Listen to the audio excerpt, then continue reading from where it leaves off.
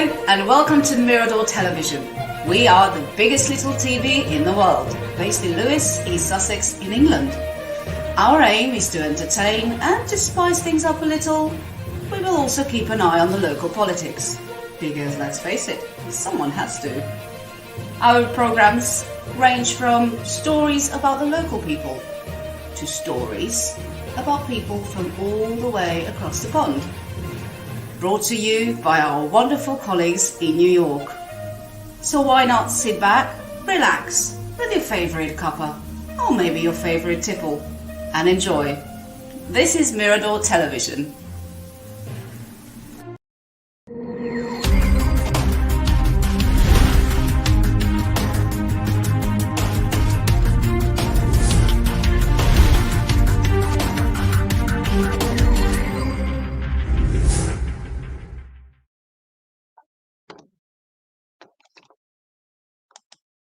Well, here I am.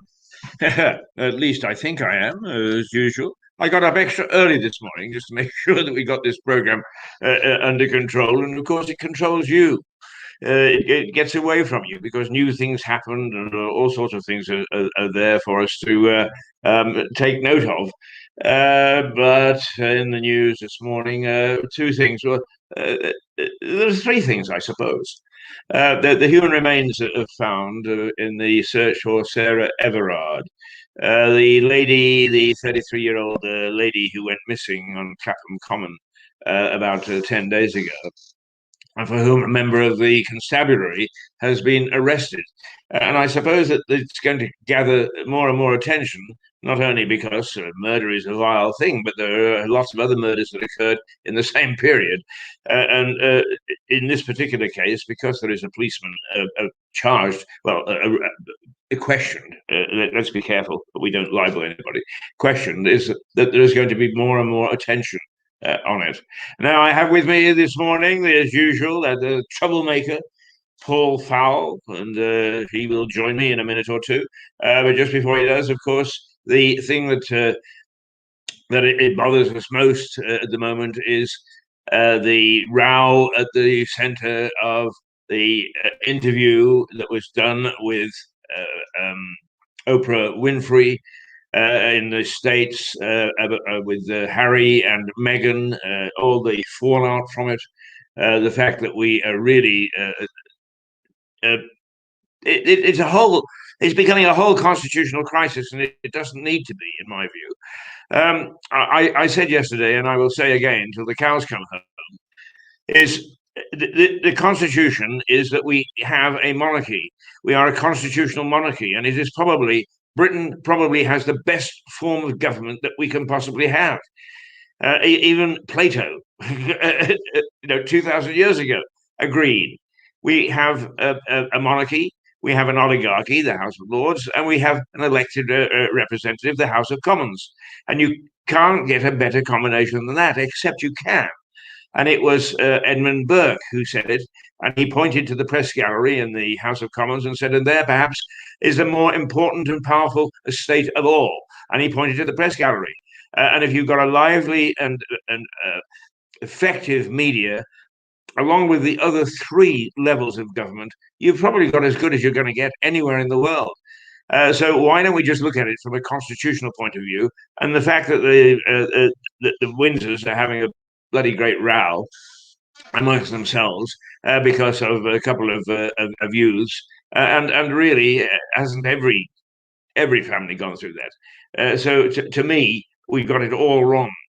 One other thing before we go to Paul is the watchdog, COVID watchdog, has said we'll pay more council tax for worse services. Oh, well done to catch up. I have been saying that for 4 years now on this program, on this channel. And this channel was really outside Nero on Lewes High Street 4 years ago. But it was active and it was doing things. And now it's getting a bit more teeth all the time. And I've been saying that for God knows how long. And that is based on a very, very good study that was done by Harvard University, for whom I have a great deal of respect. It's a tough university. It was founded with the money from a man from Ringmer, well, at least he married a girl from Ringmer, John Harvard. And so they have been saying, after an exhaustive survey, which spilled over to here, so it was taken here as well. And that is that the moment that you have local media shrinking, you get a less efficient council, in fact, one that's not at all accountable, and your council tax goes up. And why we get people moaning the council tax gone up when it is patently obvious that why it is, and we get no support at all, really. In fact, if anything, the local people, local councils, try to get rid of us. There's us. And Mick Syme's still going. There's the lovely radio station now, which came out of well, I want to say New Haven, but I get my fingers smacked if I get it wrong. They now come out of Eastbourne, and with the new powerful transmitter, we'll come into Lewes. But we've lost temporarily anyway, town and county, and we've lost totally Viva Lewes, and we've lost almost all the staff from Sussex. But what's the name of the newspaper? You see, that's how old I am. The Sussex Express. And we get a little bit of bleed over from the Argus, and we get a little bit of bleed over from the BBC. But they really are based in Brighton, and they've got their hands full. Why would they worry too much about our town? We've got to worry about our town. We've got to do it ourselves. And the mere fact that now the watchdog is saying, "Hey, pay attention to this because it's going to hit you between the eyes." When we start to look at other things than COVID, it's going to hit you between the eyes. Oh, my goodness me. Right. He's left me for a moment. Never mind. Where are you, Paul? Add to stream. Yeah. Well, that was actually, I've got a special indigestion this morning, so that's why I cut it off to start off with. How are you this morning, my good man? Well, it's funny. I can beat you, Keith. I know summer's here because I'm waking up at 2 a.m. and I couldn't get back to sleep. So I looked at emails. How boring that was for the last 3 hours. But yeah, Keith, a very good introduction, I may add. But I think with all the topics we've got to discuss and our verbosity, we could be here for about 4 hours.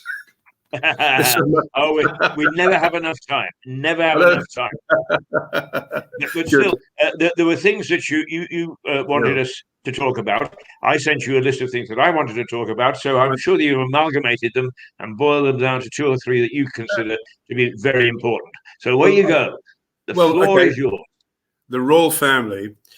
Now, scandal is a word always invented by the press.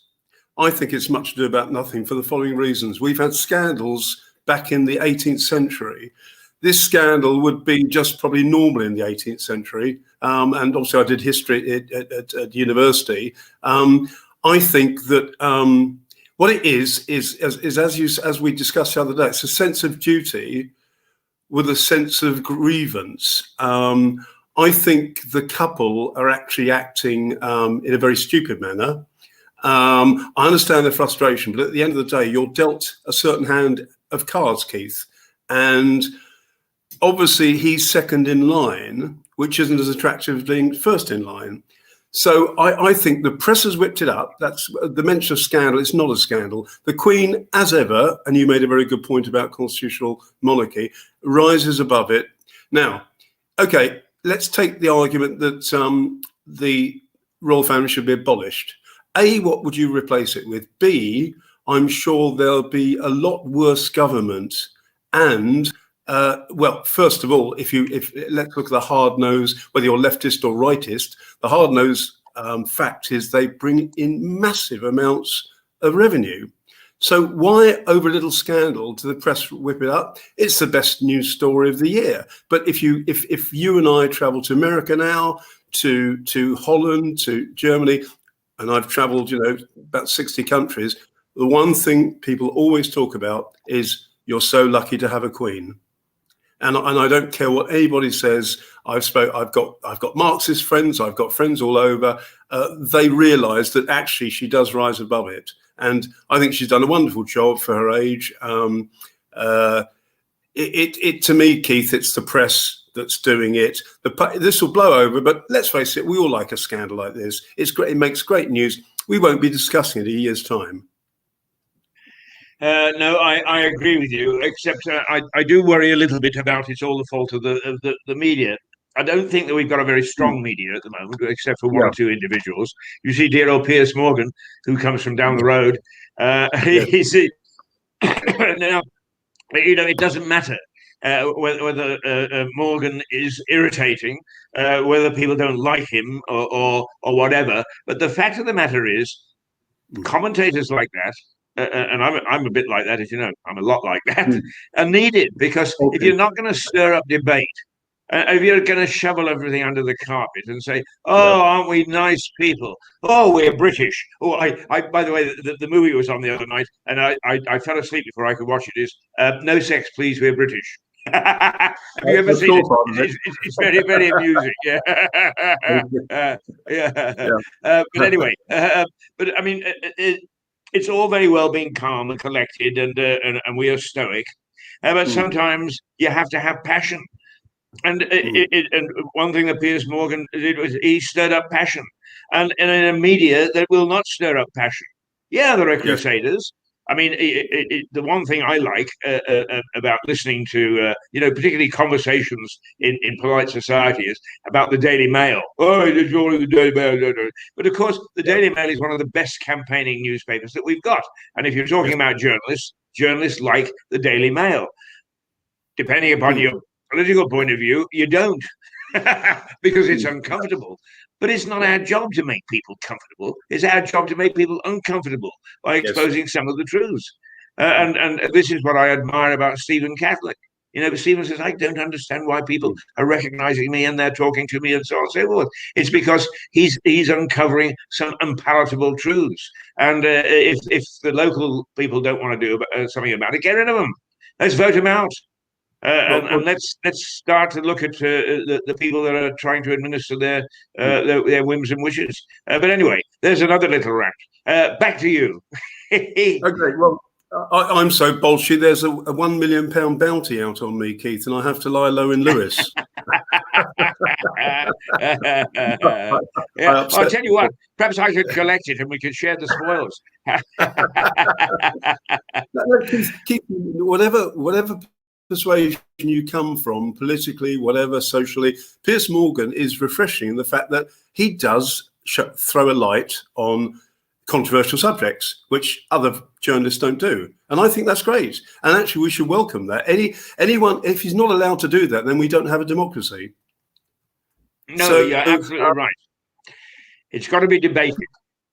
Just a funny little aside for you, Paul, because I am a bit of a churchgoer, and I go to St. Paul's in Lewes, and we have some actually the priests there have been quite delightful over the years. And one of them has been around as a deputy, really. He was a university professor, is Paul Yates. And then there's another, a doctor who is also a professor. Neither of them are full-time priests. But on two separate occasions, they both have said from the pulpit about something. It's all the fault of the media. And of course, there are about four of us who are members of the media. So we go to them immediately after the service and say, hey, you know what you were saying? Oh, dear. So there's quite a good debate that goes on. And it's not all the fault of the media. But the media is like the royal family, is like our government, is like our local council. It is only good as the people in them, as a professional in them. And there you have a point. And there I will go along with you. But after that, we're in for a scrap this morning. All right. Your turn. Let me correct you. I'm a big fan of the press. Don't worry. I've written articles years ago, but I'm a big fan. But the thing is, they have to know their bounds, I think. As you say, Burke got it absolutely right. They have the power. The press can make or break people. If they decide, look at the Blair situation. It's no doubt that Rupert Murdoch's son actually got rid of Blair, and it had a huge effect. So yes, they have power. But whenever you have power, Keith, you have to use it with wise discretion and prudence. And it's just that we've got so much press. We've got great press, which you worked for, I know. The establishment press is very good, but we've also got some warmongering press in the provinces elsewhere that goes beyond bounds. So it's a hard one to call. They should be allowed to be off the lead, the press, and go for injustice, etc. But I do think that they sometimes are the architects of their own unpopularity, because they choose a target like the Queen and the royal family, who are revered, I think, most of the country, and that's not a wise topic. They've unearthed truth, of course, but they have shone a light on it. But really, if you look at the interviews, look at the fact that even Oprah Winfrey's involved, this is just look, let's put it right. It's a young man, young woman, who, nothing against them, who feel a bit aggrieved because they say the royal family hasn't welcomed them. Well, the understanding is within the royal circles, the Queen couldn't have been better, and that they played their cards wrongly. They seem to me a bit like spoilt brats, but I don't know the whole situation. But the Queen, has kept her. She's kept her cool. She's not said anything. He rises above it. And that's why the public, whoever you are, from the common man to the Lord, recognises we have a quality person there. And I defy anyone to prove that the Queen doesn't earn her money, and she should always be, well, we should always have a constitutional monarchy. Because look around the world, every other government seems to be in crisis, including Germany. So I'm on your side, Keith. The press you've got no quarrel from me. Yeah. I mean, first of all, one of the things that has happened with our monarch, in other words, our head of state, is that because of the continuity, she probably knows more in terms of experience about what's going on in the world than anybody else on this planet. And I'm not talking about intellect and so on. And I get fed up with people who talk about intellect and intelligence and so on. The fact of the matter is, the key thing is experience.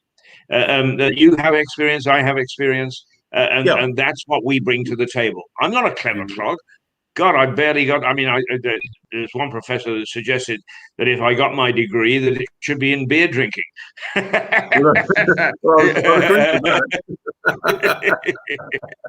Right, Paul. Let's just bring people up to date with the weather for a moment, because we do have one of the things that we've got to worry about a little bit.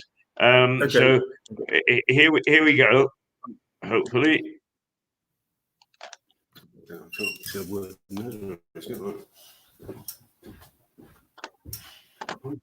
Hopefully, he said.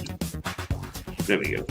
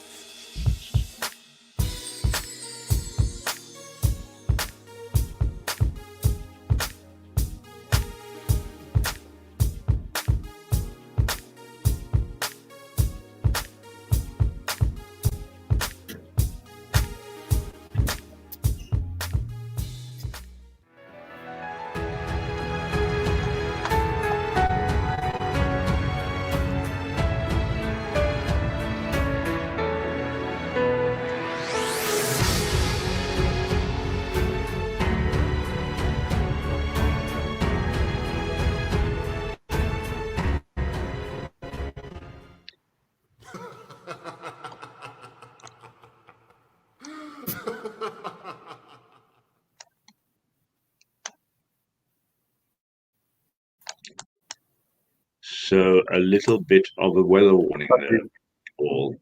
It looks as if it might deteriorate. And of course, I mean, one of the things that I wanted to ask you, because, you know, there are some side issues that nobody pays any attention to, and we do.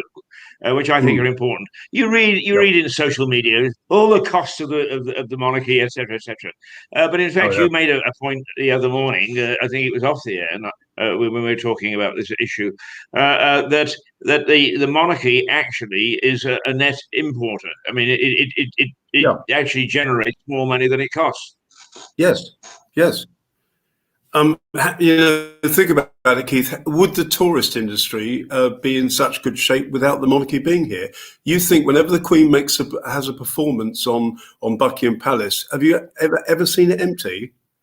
Now, I can't. You've got Queen Juliana in what the Dutch have done, which is quite clever, is that Queen Juliana is the people's queen. She walks around.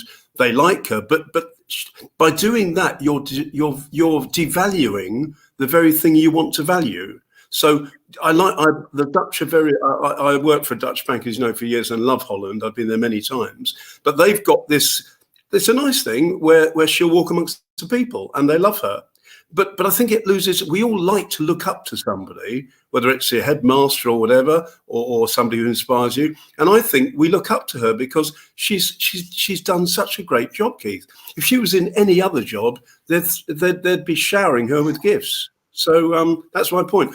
Just one last thing I'd like to say, and this was a few years ago. She stood. I can't believe this. She stood for over 3 hours in an Aston Martin rally at Brockley Hall. So this was about 2,000 cars going through. She stood and for 3.5 hours, and I think she was 85 at that stage. Could you and I do that? Astounding. Yeah. That's the kind of person she is. So, but yeah, I think the rest of them have been a bit ragged. I think William will turn out well. I don't know what he probably thinks his brother's mad at the moment, I would imagine, and he and Charles will be very, angry with him. And, we don't, the thing is, Keith, we only know the flotsam and we only know the fluffy bits. We don't know what's gone on. It's up to you to find out. But we don't in any family, do we? I mean, everybody's saying, or Meghan is saying, the Queen didn't make me feel terribly much at home. My God, I'll tell you, it took me a long time to win over my mother-in-law. But it's the same thing, isn't it? And I didn't whinge. I got on with it. And in the end, we became good friends. But I mean, to me, it's so childish and perhaps reflective of a generation. But then let's not get onto that. Okay. Now, Paul, I also noticed this morning that it seems that the fishing issue is getting out of hand a bit again, and I didn't have time to really look at the details. Have you got any details on the fishing issue? I haven't got the details, but it reminds me of the old Cod War, Keith. I really think fishing is vital, but whereas if you go 100 years ago, fishing was one of our main industries, and probably Spain's, etc. Isn't it much ado about nothing, Keith? In the fact that the Cod War was actually where you saw naval boats. I hope we don't go to the same thing again, but surely ministers can sort out an industry which, it is important, of course it is, but and it's important in Australia where I've lived for a long time. So I don't know the actual figures, I don't know the ins and outs, Keith, but I would say that it's one of these things that really should be sorted out very quickly. If they can sort out international waters where it involves shipping and naval vessels, then surely can't they come to some agreement? We don't want the Spanish fishermen ending up being arrested off Cornwall and going to Bodmin Assizes and being found guilty. That's nonsense. So surely, it's in life, it's true, the little things can sometimes be more dangerous than the big things. But I don't know enough about it, Keith, but I'd imagine we don't want another Cod War, do we? Which was very famous. Most certainly don't. And I suppose really this is a totally British point of view. So my French friends forgive me for taking a British point of view, but that's the blood. That's the blood that surges through my veins. That I've always felt that the French government.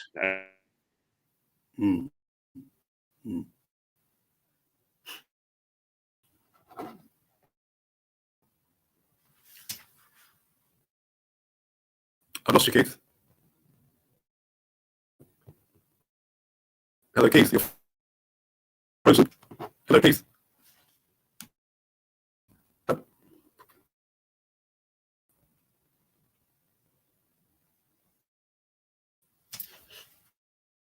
Keith, are you there? Over.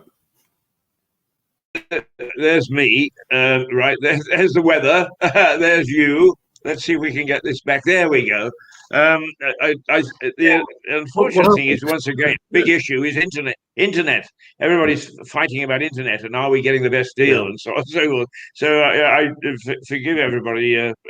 Everybody forgive us for that. Not our fault, Gov. Not our fault.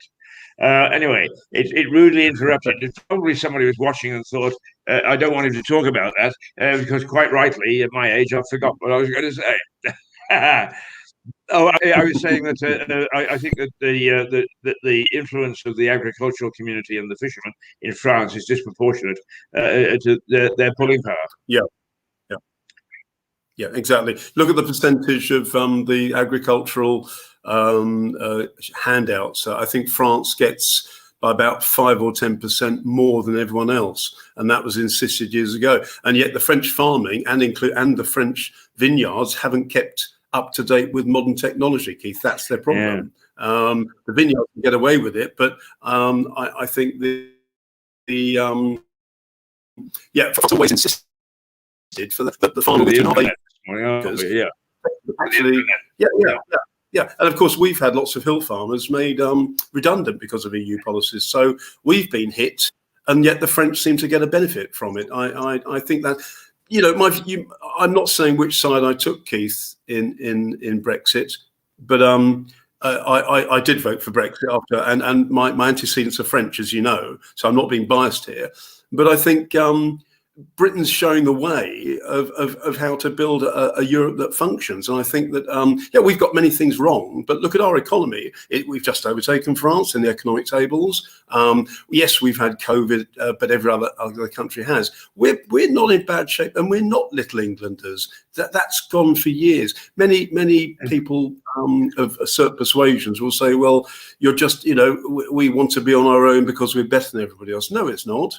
We actually fight for justice, and we're called the mother of parliaments. So let's act like that, and let's help Europe. But the French as I say, I can say this because I worked for a French bank. I lived in France. I had a French girlfriend many years ago.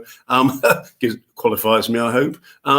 They are stick in the muds and a bit bolshy when it comes to this, Keith. I think they should get a life sometimes and come to a compromise. The French, to me, sometimes don't compromise. They get very emotional, and at least we're quite compromising, I think. So, and that's what I found in my banking career with French bankers, etc. They can be quite explosive, but they're lovely people. But it's in their nature; they're very different from us. Too damn true. I had a French girlfriend too. Yep. Same one. Thanks. you see how the armed forces can enter into romance. Paul, it is now 7:59. We're coming up to the hour. The main two stories this morning are of human remains have been found in the Sarah Everard search.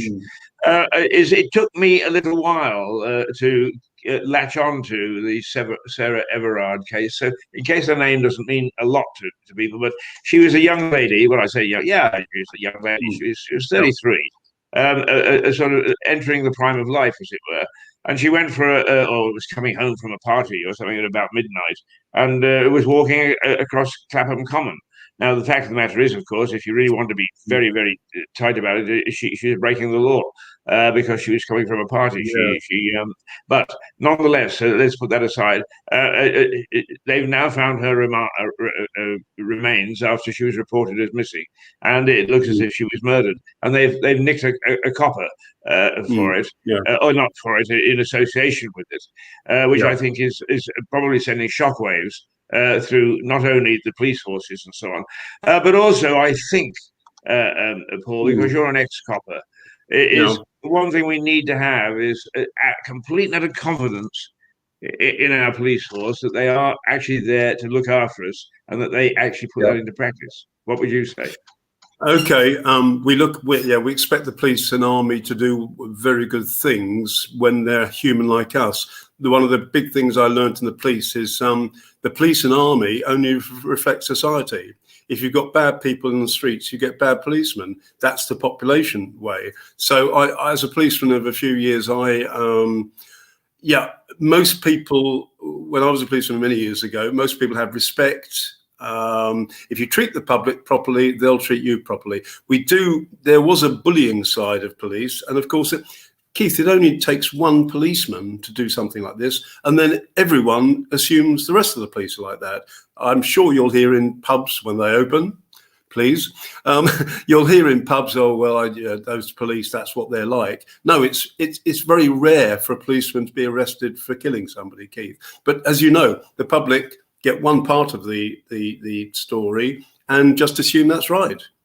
But yeah, I mean, the police are human, but I think our British police are still way up there. But my views on the modern training and modern methods. I'm not a big fan, but the police I think are doing a good job, understaffed as always, and it's a tough job. I mean, sometimes on an inquiry, especially an inquiry like a murder inquiry, you're working 35 hours without sleep, Keith. And when I can believe it. So it's a tough job, but there's bound to be a bad onion in the field, isn't there? So let's not get carried away. It might be a mistake. It might be the wrong person, but interesting. Yeah. Another thing, Keith, which I'm glad you mentioned, Clapham Common. With all due respect to the girl, I don't know what time it was. Even as a young man up in London, I never walked across Clapham Common late at night, and after 8 o'clock, you don't really want to do that. I don't know what was she drunk. I don't know the circumstances. Was she on her own? It's sad if she was on her own and lost her way because somebody should have been shot. Oh, Gary. Oh, yeah. We keep on losing the internet for some reason. Paul, it's a bit distressing, but there you go. I agree with you. Even in without lockdown and so on and so forth, walking at night alone in sort of somewhere like Clapham Common is probably asking for trouble, and it's a pity that we get that. But the other thing that came out of that is there is a leader in one of yesterday's papers, an editorial, if you want to call it that, and what it says is rule of law. And it says it's appalled that nothing has been done to start a real inquiry into Cressida Dick's Scotland Yard as a result of the hunting down of paedophiles, so-called paedophiles, on the word of somebody who turns out to be a bit of a madman. Now, I have to say that there is a slightly a personal thing in this because I knew Lord Bramall. And you would be familiar with Lord Bramall because he was a Field Marshal, the Lord Bramall, and head of the British Armed Forces. And he wasn't just a nominee from let's give him a title. He was on the beaches in Dunkirk and again on D-Day, and he fought his way up in the army, and a man of considerable ability and quality. So I think that the call for the rule of law to be re-established is, yes, it's like the pulpit, the priest from the pulpit saying it's all the fault of the media. While I'm sitting there listening is, I think that the establishment has got to listen. Is if we want rule of law, we've got to practice rule of law, and this is part of it. Agree. So things flash up on the screen here. I don't really like it, but I can't stop it. I mean, being a policeman and knowing, or having been a policeman and knowing the inside workings, is why isn't an inquiry started? I mean, a real one with teeth. Okay, well, a friend of mine's just going through court, which will be a spectacular case. I'm a great believer that the establishment there is an establishment. There is an establishment. There's no doubt about that, for good or for bad. I think that if you look at the coziness of the House of Lords, the coziness of where MPs come from, normally from a certain class, we need to, if you like, to have a more different layers of MPs who have different interests, where I'm not saying that could create problems, but I do think the establishment gets together, and I imagine if they haven't ordered an inquiry, there's something in it. But I don't think Cressida Dick has had a successful time up there. Having said that, the Met is far different from county forces, Keith. I wish the public would know that. The Met does have a very different role in many ways. They've got obviously more celebrities, dignitaries up there. London's must be about 18 million now, whatever. But I still say that we county forces believe that they weren't handling things well, and they've had successive commissioners. The last great commissioner was Sir Robert Mark.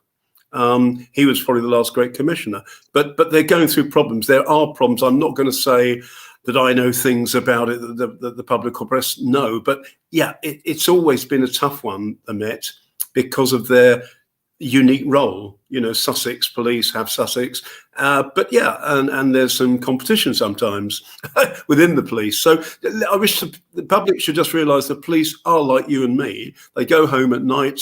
They cook breakfast in the morning. Exactly right. It's just that they have a very difficult role, and the police these days is being bullied by the government and bullied by the public. So they're rather caught like that, Keith. Yeah.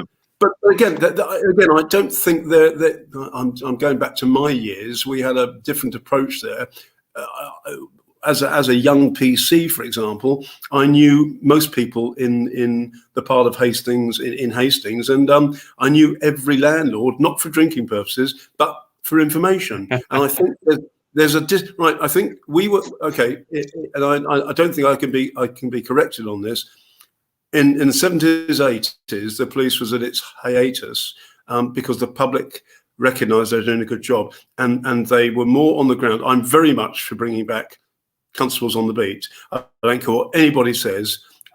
Driving through a town, helicopter in a town, you won't see anything. Walking is the only way where you pick up information on the streets. You get to know every landlord, and landlords will tell you if a villain is within the pub. It's that simple. So the modern police force, I don't think, is fit for purpose.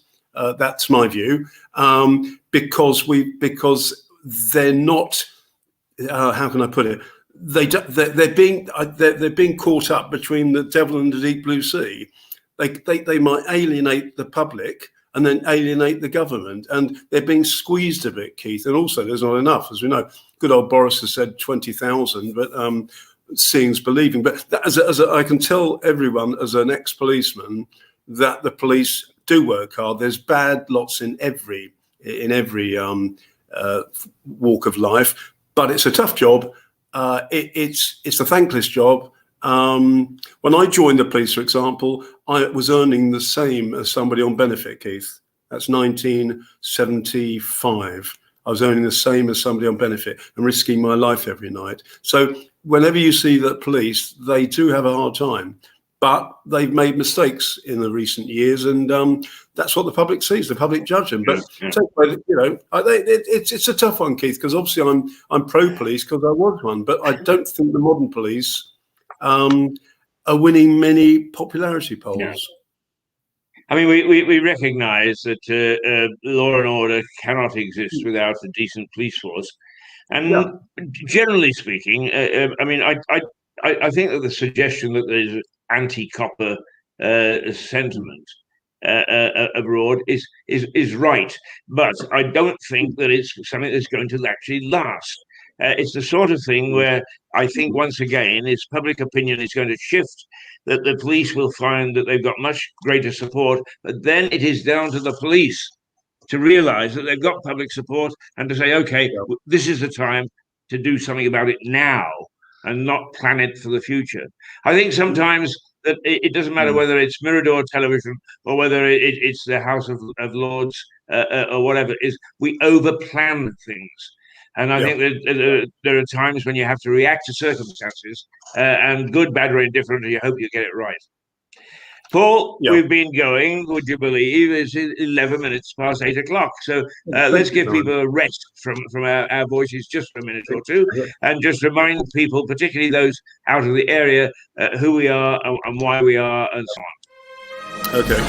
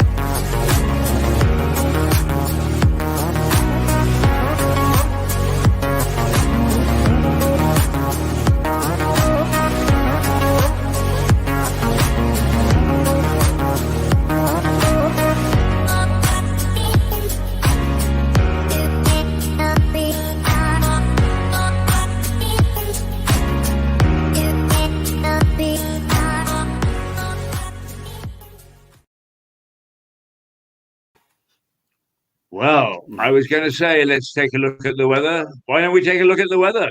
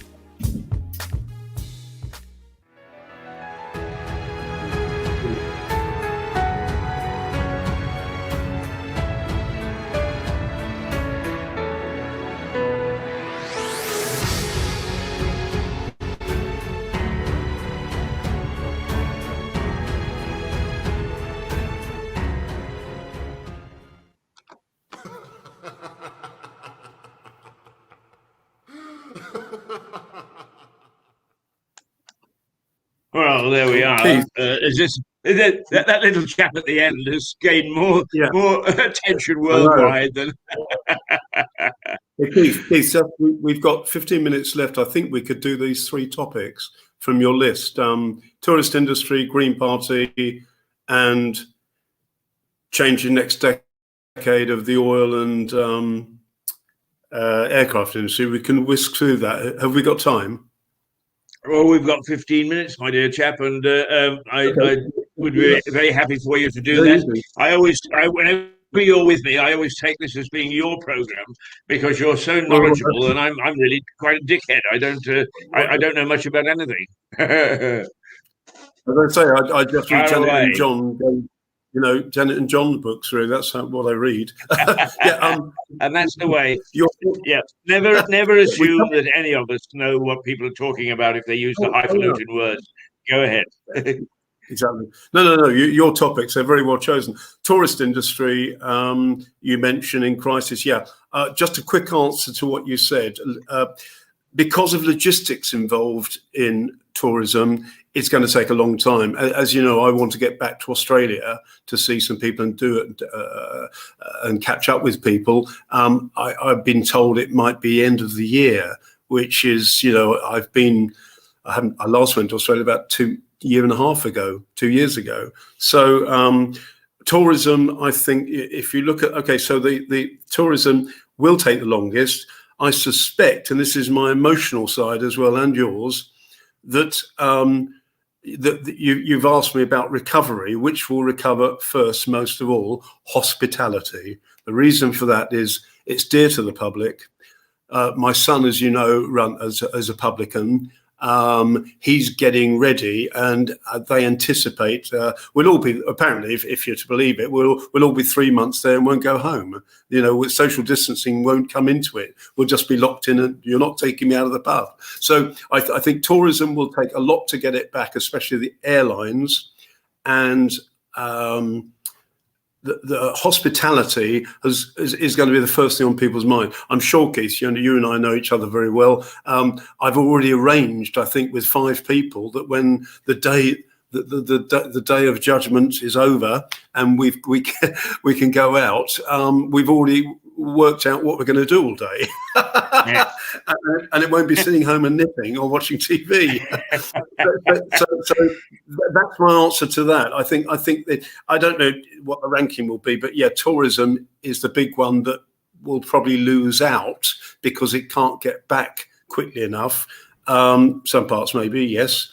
Hospitality will be the one to score because it seems like a race. We're all on the track, aren't we? Ready to run out. I'm not talking with just my own experience, Keith.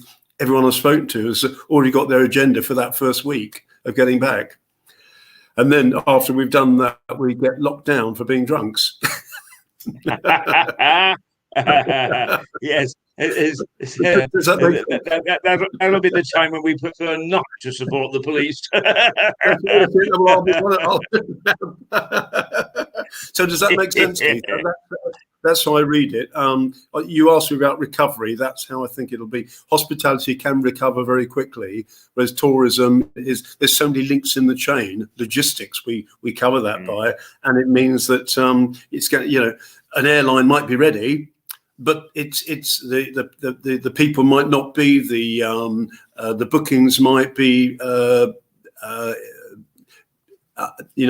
need checking again. There's so much to tourism that really it's much easier for us to walk around the corner and go to our pub.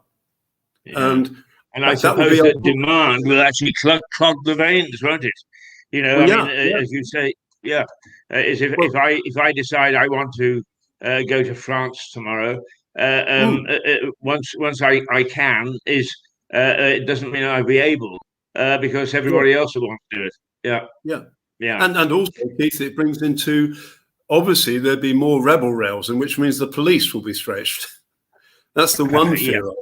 Yeah. Because you and I are perfectly sensible. We've never been drunk in our life, as you know. Of course not. But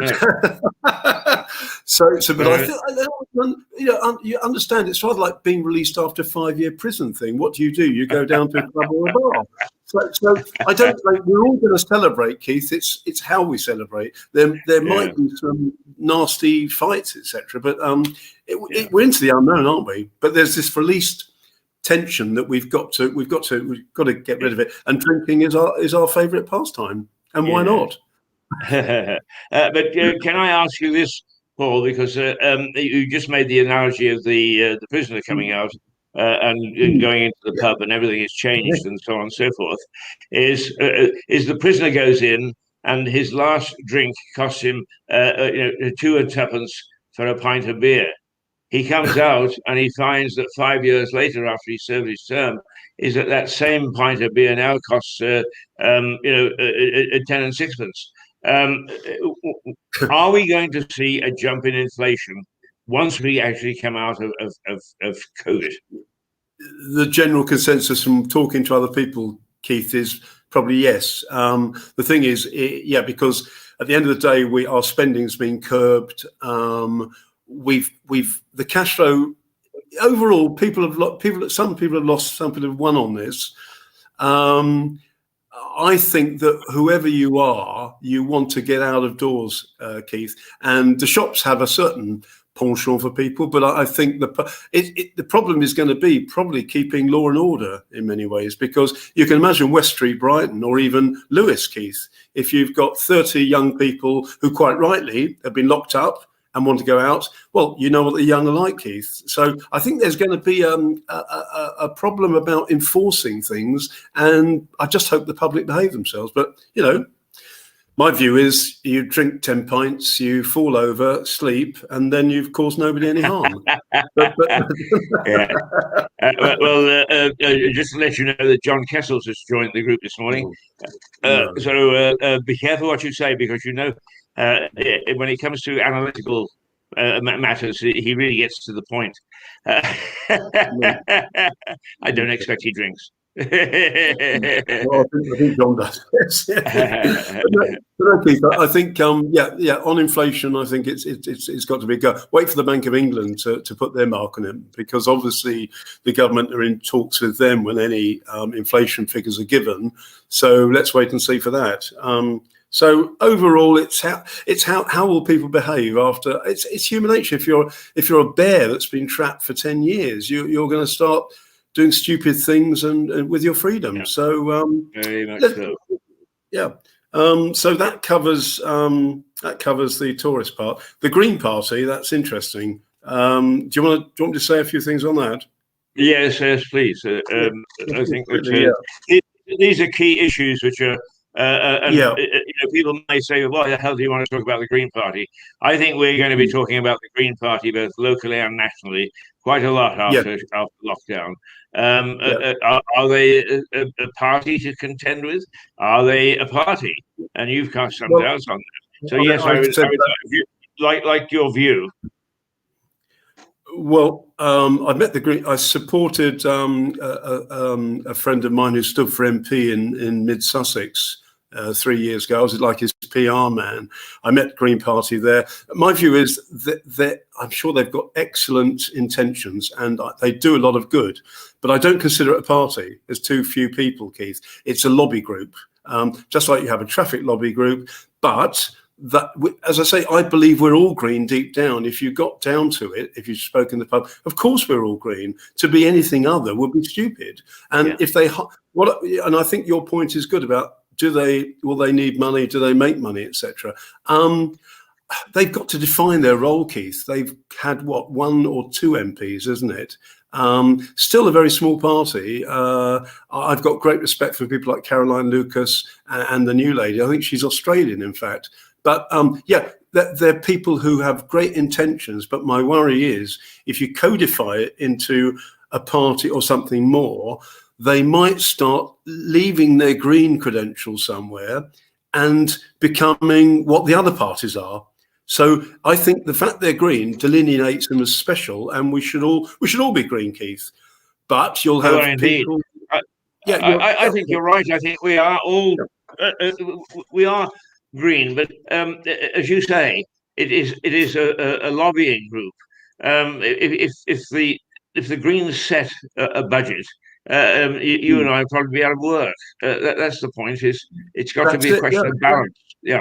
But that's why I mentioned it's more of a lobby group, Keith, because that's how you get things done. You lobby. As I say, they produced one or two MPs, and I know Caroline did a very good job. As I say, she's the well-known part of the Green Party, but it hasn't really grown or developed. I don't know what its policies are. I think if you took your press brain into the public domain. And say, well, what do you think they actually do? I don't think many of the public would know what they actually do. But yes, they're doing good work. But then, you know, is it a charity? Is it a lobby group? It's not defined as a party, Keith. I don't know what their actual policies are. But yeah, that's as I say, I'm sure they do a good job, but I can't comment without knowing any further. But I've met Caroline. I think she's excellent, and I've every respect. But they're a lobby person too. Yeah, and we almost got. What's the time? We've almost got to the last one. Yes, we're within 4 minutes of ending. So there's the third point I think I asked you to discuss. Yeah, a tour de force then. Right, your change. I'm just looking at my notes. Changes in next decade, re oil industry and aircraft industry. Yes, and yes. Oil is, some people are running out of oil, some people aren't. The balance has gone, especially with Saudi being weaker now and not producing the oil it used to. There's going to be some environmental changes. Keith, I think the environmentalists will get very strong. They'll make sure that oil is used wisely. I think that I was going to say refined. That would be an industry joke, wouldn't it? If I say the oil industry must be refined, but I